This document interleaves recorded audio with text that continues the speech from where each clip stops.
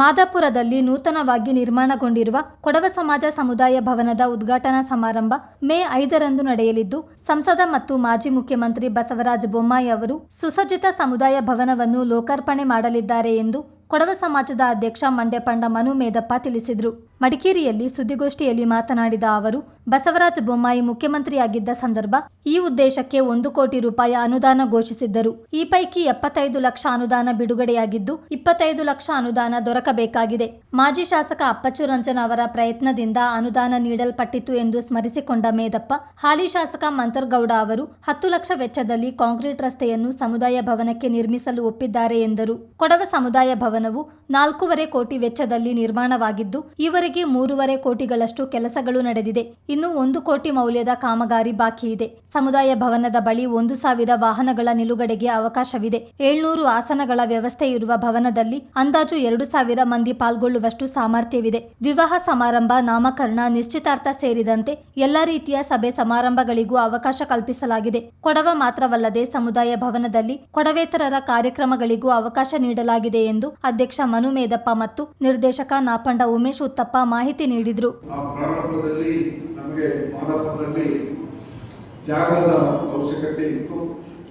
Sir ನಾವು ಒಂದು ಕಮಿಟಿಯನ್ನು form ಮಾಡಿಕೊಂಡು ಮಂಡ್ಯಪಿ ಪೊನ್ನಪ್ಪನವರ ಅಧ್ಯಕ್ಷತೆಯಲ್ಲಿ ನಾವು ಪ್ರಾರಂಭ ಮಾಡಿದ್ದೀವಿ. ನಂತರ ನಾವು ಫಸ್ಟ್ ಜಾಗವನ್ನು ಮಾದಾಪುರದಲ್ಲಿ 5 ಎಕರೆ ಜಾಗವನ್ನು ಖರೀದಿ ಮಾಡಿದ್ದೀವಿ. ಆ ಖರೀದಿ ಮಾಡುವಂಥ ಸಂದರ್ಭದಲ್ಲಿ ಮಂಡ್ಯದ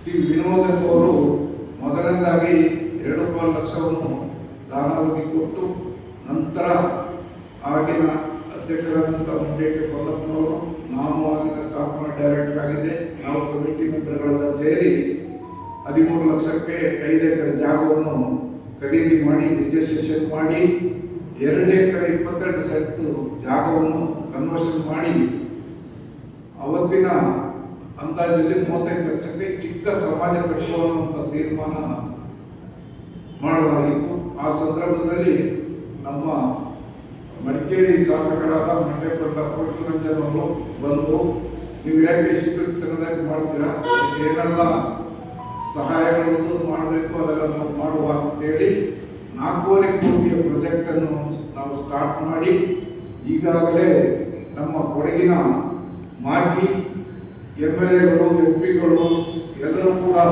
ಅವರ ಅನುದಾನದಲ್ಲಿ ಸಹಾಯ ಕೊಟ್ಟಿದ್ದಾರೆ. ಅದು ಅಲ್ಲದೆ ನಮ್ಮ ಉದ್ಘಾಟನೆಗೆ ಬಸವರಾಜ ಬೊಮ್ಮಾಯಿ ಅವರನ್ನು ಕರೆಯುವ ಉದ್ದೇಶ ಇಷ್ಟೇ.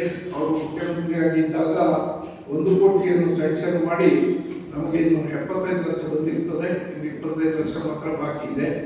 ಹಾಗೇನೆ ನಮ್ಮ ಮಂತ್ರಿಗಳು ಕೂಡ ಈಗ 10 ಲಕ್ಷದ ಕಾಂಕ್ರೀಟ್ ರೋಡನ್ನು ಪ್ರಾರಂಭ ಮಾಡಿದ್ದಾರೆ. ಎಲ್ಲರೂ ಕೂಡ ನಮ್ಮ ಈ ಉದ್ಘಾಟನೆಗೆ, ಯಾಕೆಂತೇಳಿದ್ರೆ ಸಮಯದ ಅಭಾವ ಭಾಳ ಕಡಿಮೆ ಇದೆ. ಸೊ ಇನ್ವಿಟೇಷನ್ ಕೂಡ ಭಾಳ ಜರೂರಾಗಿ 3-4 ದಿವಸದ ಹಿಂದೆ ಪ್ರಿಂಟ್ ಮಾಡಿಸಿದ್ವಿ. ಸೊ ಪೋಸ್ಟಲ್ ರಜೆ ಇರುವುದರಿಂದ ಈ ನಮ್ಮ ಕಮಿಟಿ, ನಮ್ಮ ಸಮಾಜದ ಮೆಂಬರ್ಗಳು, ಮೆಂಬರ್ ಅಲ್ಲದವರಿಗೂ ಇದು ತಪ್ಪದೇ ಇರಬಹುದು. ತಪ್ಪದೇ ಇದನ್ನು ಇದೇ ಆಹ್ವಾನ ಪತ್ರಿಕೆ ಅಂತೇಳಿ ತಿಳ್ಕೊಂಡು ಎಲ್ಲರೂ ಕೂಡ ಬರಬೇಕು. 1,000 ಇಳಿಸಬಹುದು. ಮತ್ತು ರೋಡಿನ ಬದಿಯಲ್ಲಿ ಯಾವುದೇ ತೊಂದರೆಗಳಿಲ್ಲ.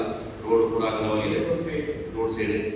ಮತ್ತು ಜನರಿಗೆ ತುಂಬ ಅನುಕೂಲವಾದಂಥ ಒಂದು ಸಮಾಜ ಇದೆ ನಾವು ಮಾಡ್ತಾ ಇರೋದು. ಯಾಕೆ ಅಲ್ಲಿ ಅಕ್ಕಪಕ್ಕ ಸುತ್ತಮುತ್ತಲಲ್ಲಿ ನಮ್ಮ ಸಮಾಜ ಅಷ್ಟು ಒಳ್ಳೆಯ ಸಮಾಜ, ದೊಡ್ಡ ಸಮಾಜ ಎಲ್ಲೂ ಇಲ್ಲ.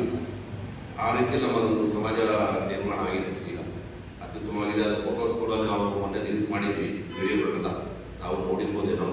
ಆದರೆ ಈಗ ನೀವು ಬಂದಾಗ ನೋಡ್ಕೊಳ್ಬೇಕಾದ್ರೆ ಮತ್ತು ನಮ್ಮ ಈ ಕಟ್ಟಡಕ್ಕೆ ತುಂಬ ಶ್ರಮಪಟ್ಟ ಒಂದು ಹಳೆಯ ಎಲ್ಲ ನಮ್ಮ ಅಧ್ಯಕ್ಷರಾಗಲಿ ನಿರ್ದೇಶಕರು ಇದ್ದಾರೆ. ಅವರು ಕೂಡ ಈ ಸಂದರ್ಭದಲ್ಲಿ ನೆನಪಿಸ್ಕೊಳ್ತೇವೆ. ಹಾಗೂ ಮಾಜಿ ಶಾಸಕರಾದ ಅಪ್ಪಚ್ಚು ರಂಜನ್ ಕೂಡ ಇದಕ್ಕೆ ತುಂಬ ಒಂದು ಅವರ ಮುಂದಾಳತ್ವದಲ್ಲೇ ಇದನ್ನೆಲ್ಲ ನಾವು ಎಲ್ಲವನ್ನು ಕೆಲಸವನ್ನು ಮಾಡ್ತಾ ಹೋಗ್ತಾ ಇದ್ದೀವಿ. ಈಗಲೂ ಕೂಡ ಅವರೇ ಮುಂದಾಳತ್ವದಲ್ಲೇ ನಾವು ಮಾಡ್ತಾ ಇರುವಂಥದ್ದು. ಇನ್ನು ಮುಂದೆ ಕೂಡ ಅವರ ಸಹಕಾರವನ್ನು ನಾವು ಕೂಡ ಬಯಸ್ತಾ ಇದ್ದೀವಿ. ಹಾಗೆ ನಮ್ಮ ಒಂದು ಎಲ್ಲ ಸಮಾಜದವರು, ನಮ್ಮ ಕೊಡವರಿಗೆ ಅಂತ ನಾವು ಮಾಡ್ತಾ ಇರೋದು ಕೊಡವ ಸಮಾಜ ಅಷ್ಟೇ. ಪ್ರತಿಯೊಂದು ಸಮಾಜದಲ್ಲೂ ಕೂಡ ಅದನ್ನು ನಾವು ಉಪಯೋಗಿಸ್ಕೋಬೋದು. ಯಾರಿಗೆ ಬಂದರೂ ಕೂಡ ನಾವು ಅದಕ್ಕೆ ಬಾಡಿಗೆ ಕೊಡುವ ವ್ಯವಸ್ಥೆ ಮಾಡ್ತೇವೆ.